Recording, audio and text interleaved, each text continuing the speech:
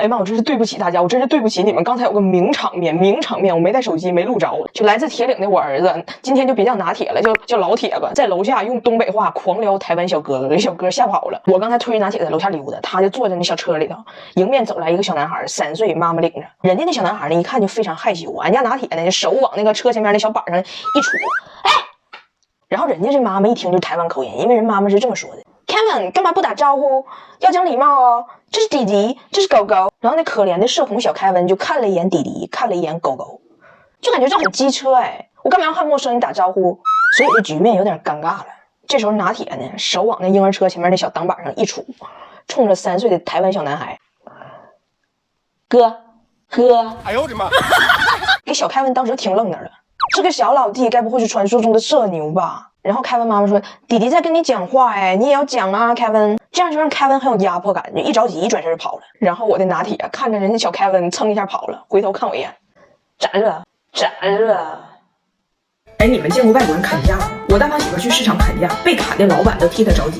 在铁岭，她跟我妈一起去贸易城农贸市场买毛裤，老板开价398，大胖媳妇憋了3分钟，裤子都憋湿了，说378。老板也懵了，这老外好像是懂砍价文化，但是不多。我妈一看给他扒拉一边了，贵，一边待着，80卖不卖？老板一听放松了下来。哎，大姐，你这么砍我就放心了。我刚才以为你领个外国记者来拍真人秀呢。我老公惊了，居然替老板反砍我妈。人家成本下不来的，一条毛裤80 is not okay。我妈说，我看你像看大派来的大窝囊废。我妈说你这胳膊肘子老往外拐呢。我老公说往里一拐，那不脑血栓吗？然后老板说，姐，你诚心买，我诚心卖，你看这样。我妈不由分说，拉着我俩就走。Jamie，我告诉你，砍价这个事儿就2步：一，出价就是对方要价的1/5；二，看对方急没急眼，急眼了就说明底线被掏了，没急眼就说明你给价给高了。你看老板乐呵的，那就是给高了。然后老板就开始往回叫俺。3分钟之后，我妈100块钱买了2条。那一刻，我老公的3观崩塌了。那一刻，他觉得他丈母娘赐予他的不是毛裤，而是从此他行走江湖需要的一双腿。虽然他线下是社恐，不会讲价，一到线上社牛，学到那点知识点，激情四射。第一次进直播间就把功力用错地方。人家直播间美女说：“老铁们，来扣个1，我给你们谈到了价格以后，29块9秒杀。”我老公看着屏幕也不秒杀，开始算。丈母娘的教诲萦绕耳边呢，29块9等于30，然后我只给1/5，30除以5，算了1分钟，最后在直播间打个4块钱。我刚开始还看不出来他是口算还是心算，后来证明了是珠算。我说直播间是不砍价的。再说为什么是4块钱呢？他说30除以5吗？等于4呢？我说文30除以5不是6，而是4啊。他说文我不是老外，而是老铁呀。反正占便宜这事属于他终生所好吧。但是大家都知道，占便宜这个领域，我婆婆才是鼻祖。但是鼻祖居然到现在都不知道，在遥远的东方有一个为他而生的特殊的文化现象——双11。前几天我婆婆给我老公推荐了一个什么生发膏，我老公说我现在收藏性不买，因为Double11更便宜。我婆婆说儿子，你是退化了吧？最便宜的不是7-Eleven吗？7-Eleven吗？然后大胖媳妇就开始文化输出了，然后温迪就疯了。他们娘俩跨着16个时区，一个白班一个夜班轮着比价。我让我老公给我爸买瓶好酒，我让他搜的是贵州特产茅台酒。我老公这边拼命比呀，我婆婆那边也加入了。第二天早上我一醒来，27条我婆婆的未读短信，说她找到了全网最低价，39块钱4瓶。我说就是铁岭茅台也不至于这个价，你搜的是贵州特产吗？我打开链接一看，还真委屈他了。人搜的时候贵州特产还在，但搜索过程中茅台丢了。我婆婆替我搜到了全网最便宜的老干妈，那确实是贵州特产。我妈看见我大胖媳妇和他妈这样都快疯了，就很不理解。我妈说：“你说我线下讲价就完事儿了，咱咔雷厉风行。你说你俩搭了一整天时间，挣25块钱，你干点啥不好呢？时间就是金钱。”我大胖媳妇早有词。时间就是金钱，但金钱就是金钱。我有的是时间，但是我没有钱。你说我除了工作以外，也很难打工赚外快。辅导英语行业颓废的，开网约车驾照错位的。你别老画那个时间的饼啊 ，time 可能造 money， 也可能不造。我30多年的 time 就没造出很多 money， 只造成了毛发变形。money 也没翻地方，只造成了脂肪肝。我是觉得吧，赚钱不容易，花点时间省钱这个事儿没有毛病。但主要是现在是购物网站的优惠方式，凑单满减膨胀金太难算了。反正就以我这数学水平，最后就是时间也没了，钱也没省多少。所以我觉得省钱还得是东北大妈。她丈母娘除了1/5法，还有淘特兜底法，比来比去还是淘特便宜。想买啥直接就买，搜索的商品只要看到节目表，直接下单就是便宜，还有机会赢免单。双11期间省时又省金，这个 APP 属于实金。哎呦我的妈！省钱比价谁更强？淘特的高，怎么样？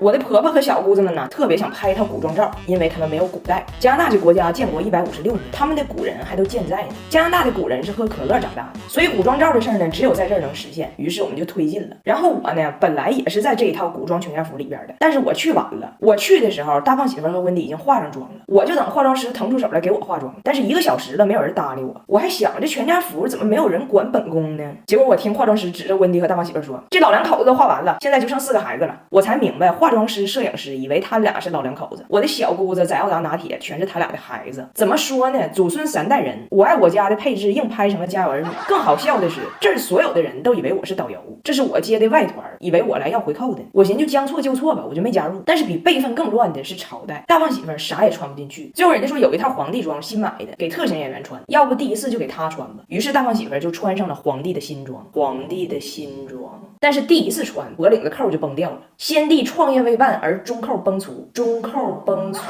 而且皇帝稍稍一站立，裤子就开线了。挺君主立宪的，整的。温蒂呢就喜欢皇后装，问我知道你们这儿有一个什么电视剧，就真什么传，里边的女的都穿我这衣服。我说不是，是里边的女的都想穿你这衣服。温蒂说：“那我儿子是那里边的谁呀？”我说：“你叫温蒂，你儿子只能是温实初呗，温实初呗。”然后玛丽莎选了个唐装，尼寇选了个汉服，拿铁和在奥达也各有选择。最后温蒂和大胖媳妇这老两口子带着他们的孩子，6个人4个朝代，2皇帝撞，然后就开始化妆，这个费劲呢。首先皇后她听不懂汉语，说不明白话，还有就是皇后看着是很年轻的，但是因为有点细纹，还有点卡粉，再加上贼白，就稍微有那么一点盗梦挖出来的感觉。温蒂，你用这个，这娇兰的兰花面霜够滋润，让底妆更服帖，质地柔，抗老硬，长期使用可以淡化脸上细纹，成分特别天然，珍贵兰花成分搭配全株兰花分子萃取科技，从细胞根源促进胶原蛋白新生。我用的是轻的，因为我皮肤油。你干皮可以选丰润型，一直使用，你就是那种最少女的太妃。妆化完了，我们去了现场，可热闹了。小皇帝全程不配合，老皇帝衣服一直崩开。然后拿铁不是有个小清朝辫吗？摄影师一直指着温迪跟我说：“你让老两口子近一点，你让妈妈拉一下儿子的长头发。”温迪说：“我儿子没有头发，没有头发。”后来保安过来说这儿现在规定不让商业拍摄了。我说我们完全不知道这事儿啊。那影楼接这活的时候也没跟我这个导游说呀。但是没办法，我说那行吧，温迪不让商拍，咱就得回家了。但是温迪坚持，我租了衣服，就算不让我拍照，没到点我也不脱。我毕竟租了2小时，哪怕是纯溜达，我也再穿10块钱的，再穿10块钱。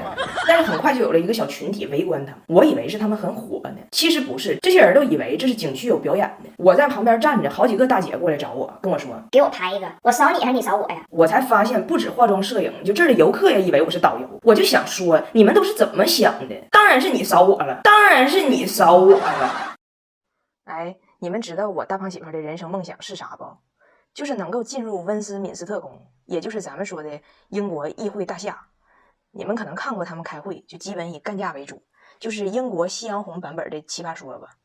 他一直梦想着进入这个议会楼，为这事儿呢也没少念书，没少努力，这些年一直申请这类的工作，最后终于拿到了能达到这个梦想的 offer， 就是英国环境保护部门的一个高级政策顾问这么个工作。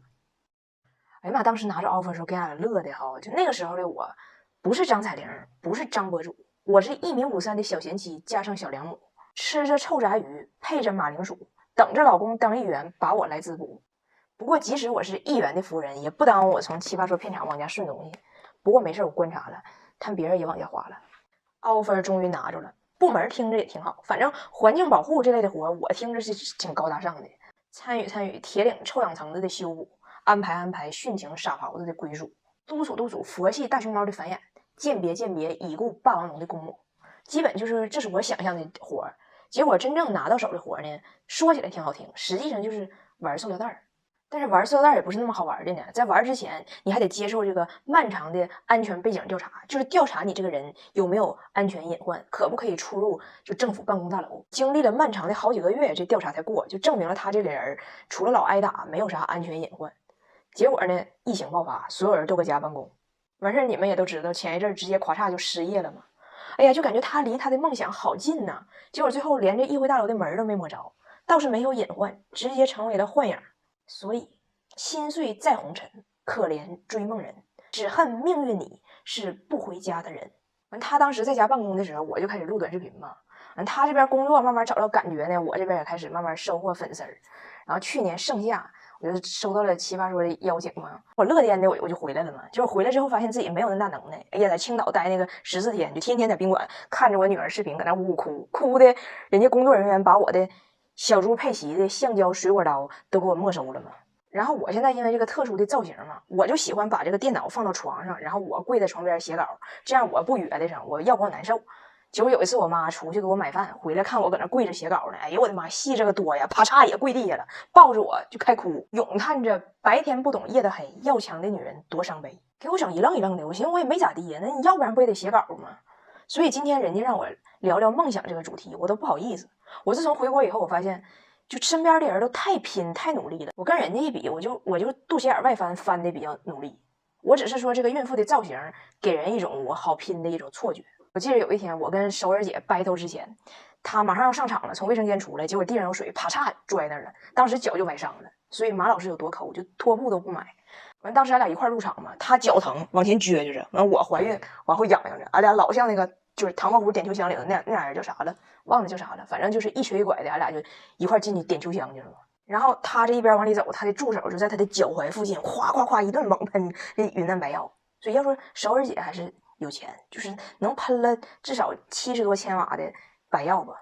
最后俺俩就特别像这个唐伯虎点秋香里这俩人，带着干冰效果架着雾进去的。